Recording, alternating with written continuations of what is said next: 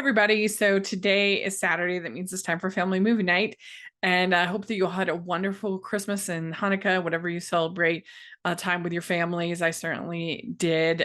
Mine was pretty relaxed, chill, with my parents, and I got to have a relaxing Christmas day. So that was really nice. There's been such a busy month with award screenings and with all of the holiday films. You make sure to check out Hallmarkie's podcast for all of that content over there. Covered so many movies and it was a lot of fun. So, and we were going to be having a bunch of end of the year videos coming out. You want to check out my worst of the year list, the post yesterday. I think you'll really enjoy it. I had a lot of fun making that, and we got a ton both over at Hallmarkie's podcast and here, end of the year videos and lists and episodes and things like that will be happening. But today I thought it would be fun to finish off 2024 with a New Year's movie that the family could watch together, and that's Happy New Year, Charlie Brown. This was released in 1986 and is a less popular holiday themed movie than, of course, Charlie Brown Christmas. But it has some of the same themes of Charlie Brown Christmas, and you just got to feel sorry for Charlie Brown because nobody treats him very nice. Like, he's very lonely and it's sad. And in this one, it's wild because he is assigned to read War and Peace for a school report that he has to do over the holidays. And that is a really, really, really long book, over 1,000 pages. And the teacher gives him a D- because it was written when he was obviously super tired, and that it looked like he'd stayed up all night trying to finish the book. Because I just can't believe that in 1986 it was seen as like somewhat normal to assign a child to read War and Peace. It's such a long book, Linus.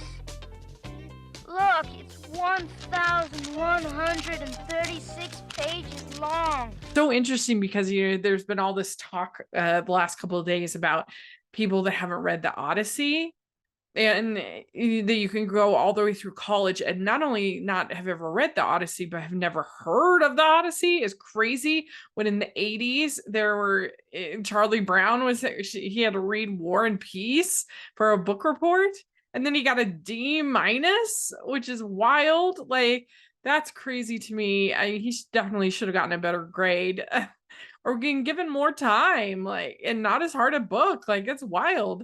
But it's also interesting is that in A Christmas Story, the kids are working on Silas Marner. They're talking about George Eliot, and that book is not as long as War and Peace, but it's still pretty old and challenging. And so you have two characters that are under 10 years old that are shown in the 80s reading these complex classics. And you would never in a million years have a elementary school kid reading War and Peace today, or you wouldn't have a elementary kid reading Silas Marner today. That just wouldn't happen. And so that just shows what's going on with our education system, that there are some problems. But poor Charlie Brown, I mean, I just felt bad for him with this lugging this giant book around, trying to finish it.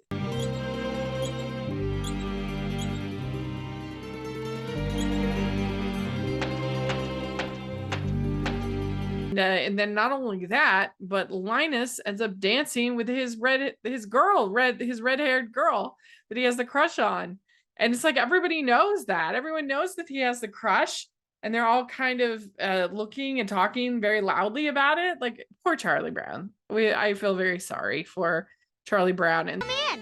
Charlie Brown told me he had invited you to the party. I don't know where Charlie Brown is right now. But would you like to dance? Having this dance, and so Peppermint Patty wants to go to the dance with Charlie Brown, but he wants to go with the red-haired girl, but he's so busy reading that he doesn't have time for either of them, and so Peppermint Patty gets jealous. There's just all kinds of drama going on, and I just felt so bad for him about having to read this book.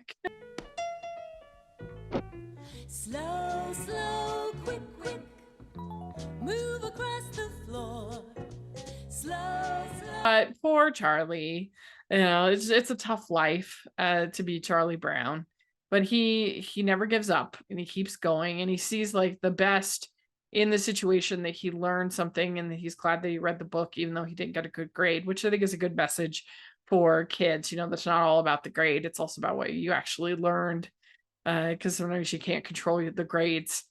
So that's good message. And just the new year, starting anew, and realizing that your family and friends that actually do love you and are there for you, even if you feel like you're alone, that you're not. Now just relax, glide along, keep the rhythm of the song. Slow, slow, quick. The message of this Happy New Year, Charlie Brown, is that that we all have some support if we just look a little higher, and that even if you did get a bad grade, that it's still sometimes worth reading War and Peace. It's worth doing these hard things, and so I think that's what it's trying to say.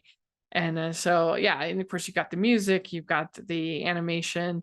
So it's a lot of fun. Let me know what you think of Happy New Year, Charlie Brown. I would love to hear your thoughts in the comment section or on Twitter. Check out all of my holiday themed content, especially at Hallmarkies Podcast. And please check out the Patreon. It's the biggest way you can support me in the new year. If you like what I do and you want me to keep being able to do it, I try to make the best benefits possible and make it worth your while. So please check that out. And then I have the merch store and hashtag Animation Junkie shirts. So check that out. And thanks so much, everybody. I wish you a happy new year. Bye.